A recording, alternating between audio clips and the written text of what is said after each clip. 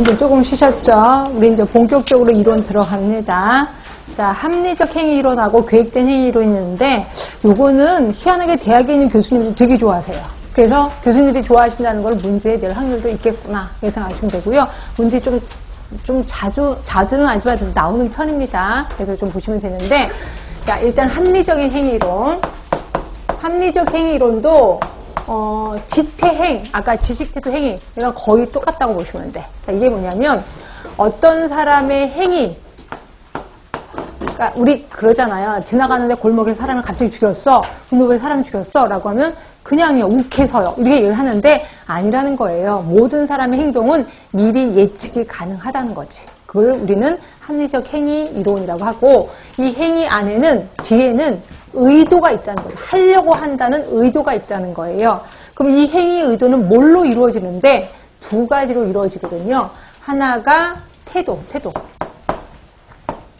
그 다음에 또 하나가 주관적인 규범이에요. 규범.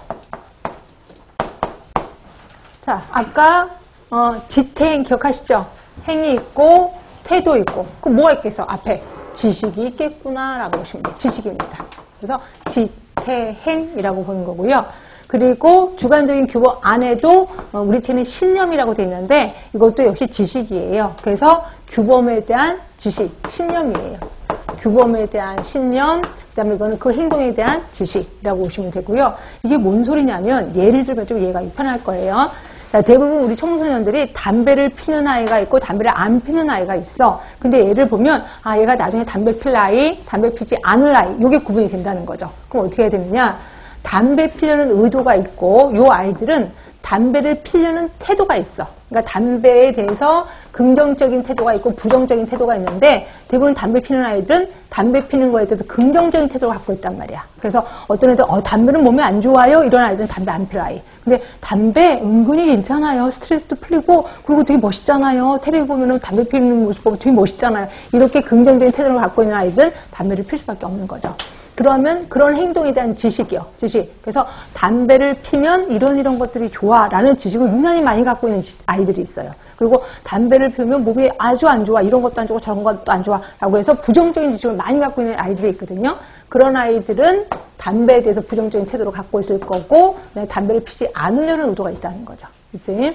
자, 그럼 주관적인 규범은 뭐냐? 규범이라는 건 뭐냐면 어떤 법은 아니에요. 법은 아닌데 규범은 우리 주변, 특히 내가 엄마를 좋아하는데 그럼 엄마가 하지 말라고 하는 건 안 하려고 하는 거. 이거 우리 규범이라고 하는 거예요. 그래서 엄마가 이거 하지 마, 안 돼 라고 하면 내가 안 하려고 하는 거. 근데 여러분들은 어때요? 대부분 그런 습성이 있죠. 엄마가 하지 마 그러면 하지 말라는 걸 불허하는 친구들도 있어. 근데 그게 아니라 대부분 여러분들은 하지 말라면 하지 말아야지 뭐 옳은 말은 들어야지 라고 한다면 그러면 어때? 그걸 내가 느끼는 규범이야.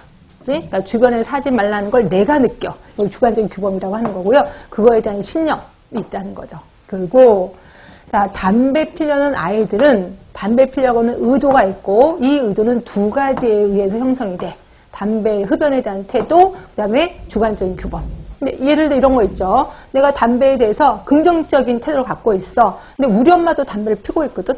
근데 우리 엄마가 나 담배 피워 엄마. 그럼 우리 엄마가 그래 잘됐다 맞담배질 하자 라고 내가 그렇게 생각을 해. 그럼 나는 담배를 필 수밖에 없다는 거죠. 하여튼 이거를 합리적 행위 이론이라고 하는 거고요.